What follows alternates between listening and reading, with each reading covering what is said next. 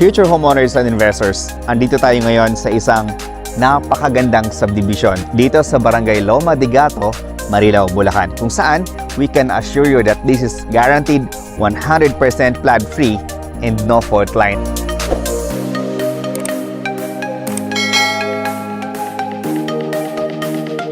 At ang kagandahan pa dito sa Barangay Loma de Gato ay sobrang lapit neto sa Metro Maynila, which is less than 1 hour or 45 minutes away via NLEX Road and 45 minutes away sa New Bulacan International Airport.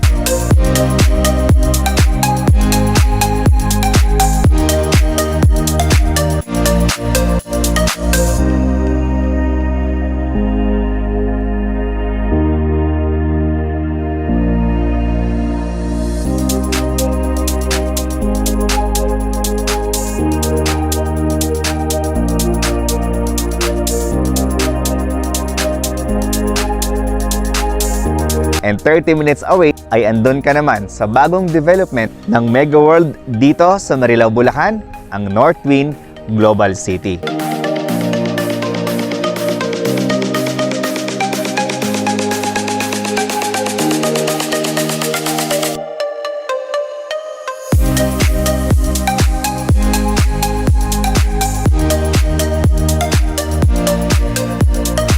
The house behind me is our Antalya model unit with a lot area of 224 square meters and the floor area is 181 square meters. We have a minimum of 15 meters wide frontage for our Antalya model unit. And as you can see, magmula dito sa gutter ay meron pa tayong setback na 2 meters wide.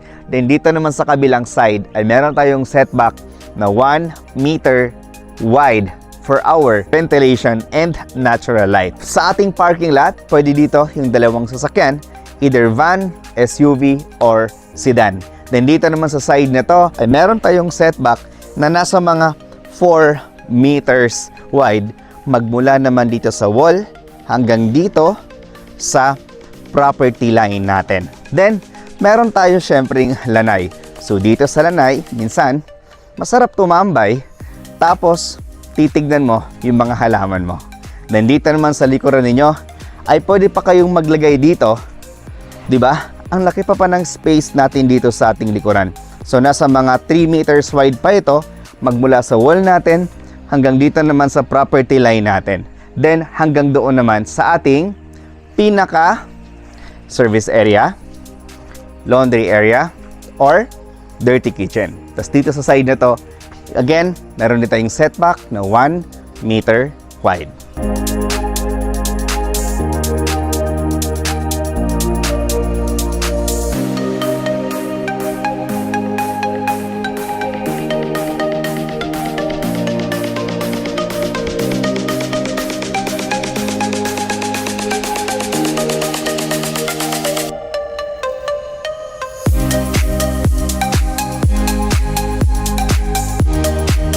So sa ating Antalya model unit, kung mapapansin niyo, sobrang lapad ng ating mga bintana. Actually, isa ito sa pinaka-paborito kong subdivision. Shout out po sa mga client ko na kumuha dito dati bago pa man nag-price increase. So napakaswerte po ninyo. Alam po ninyo kung sino po kayo. Alright? So dito sa side na to is yung entrance papasok ng ating Antalya model unit. And now, let's welcome our Antalya model unit.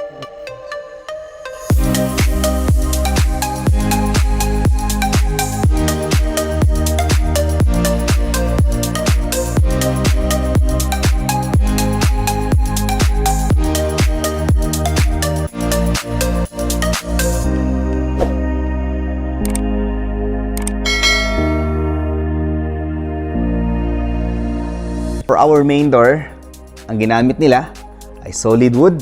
Tapos yung mga lock set natin ay kulay itim. So, pagpasok natin sa loob ng bahay, as you can see, no, this is an open concept house and lot. Ganon si Antalya. Then, ang pinakamaganda pa dito, aside from open concept po siya, dito sa side na to, high ceiling po yan. Then, sobrang lalaki ng kanilang mga bintana. So, meron silang corner window dito sa baba as well as corner window naman natin doon sa taas. Ang ginawa nila, so naglagay sila ng chandelier. Ayan.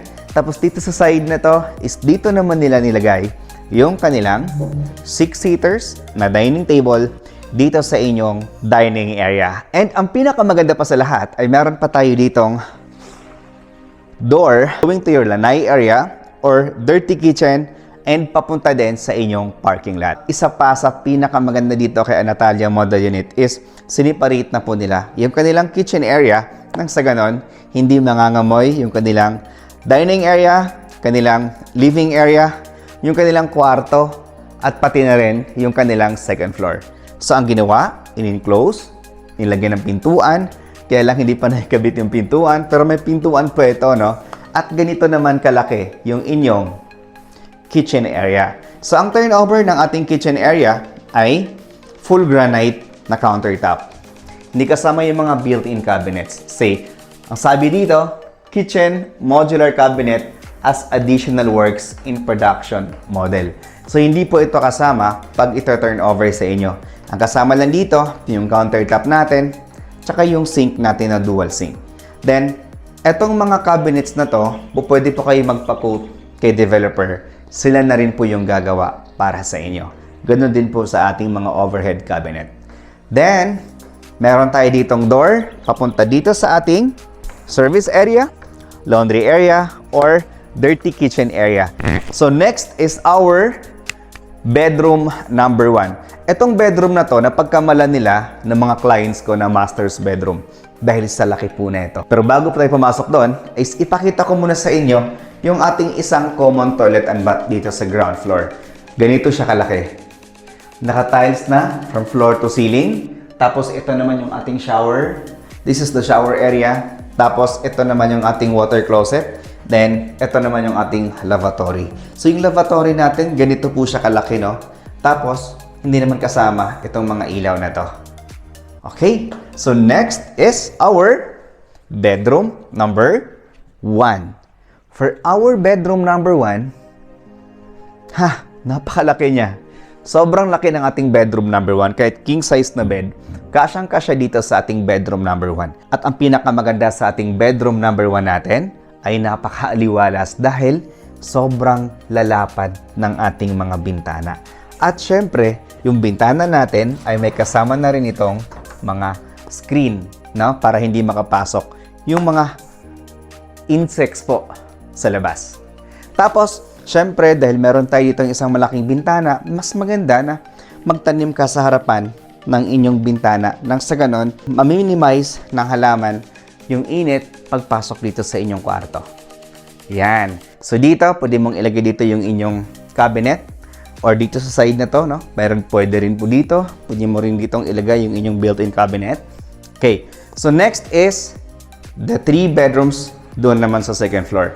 At isa pa, bakit gustong-gusto ko sa bahay na to? Alam nyo, walang nasasayang na space. So lahat ng space ay talagang namamaximize nila.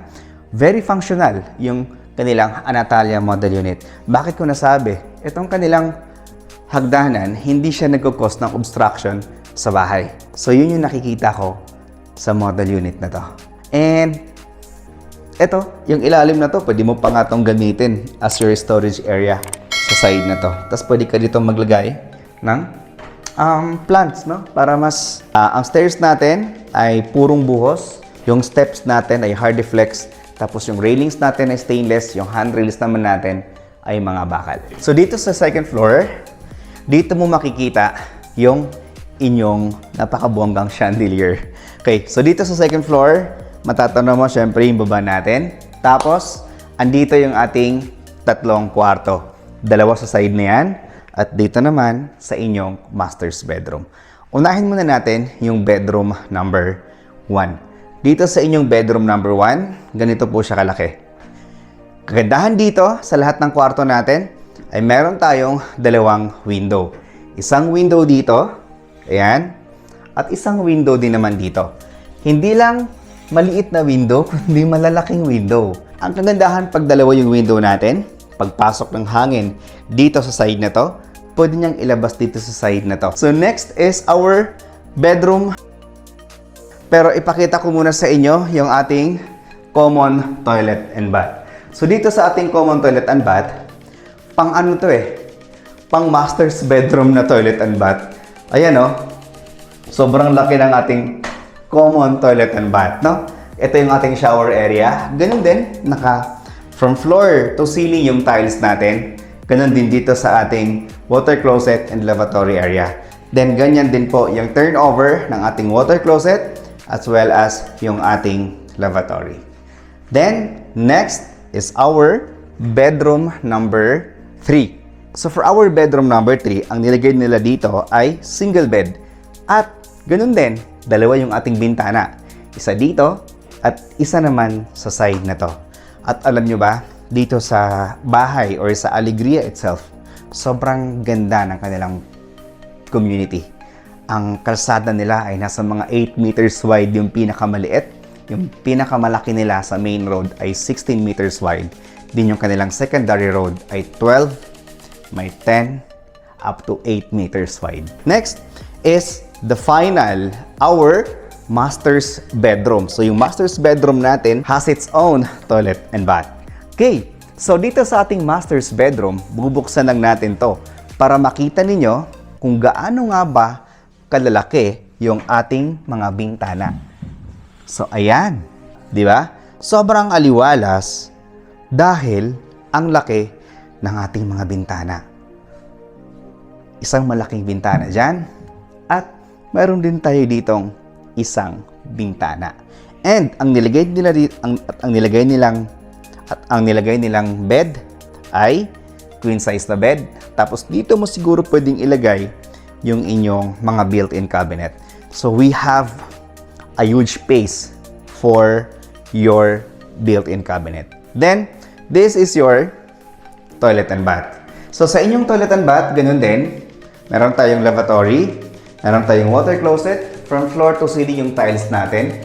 Tapos, dito naman yung ating pinaka-shower area. Then, ang tiles din natin dito ay from floor to ceiling. Then, this is your Anatalia model unit. Future homeowners and investors, this is the price for our Anatalia single detached house and lot. With a lot area of 224 square meters and the floor area is 181 square meters. It has 4 bedrooms, 3 toilet and bath, and 2 car garage. Single detached house and lot. Complete ang turnover with tiles, with paint, and partition. So yung price natin, kasama na yung bank charges, transfer of title, tax, move-in fee, pati tubig at ilaw.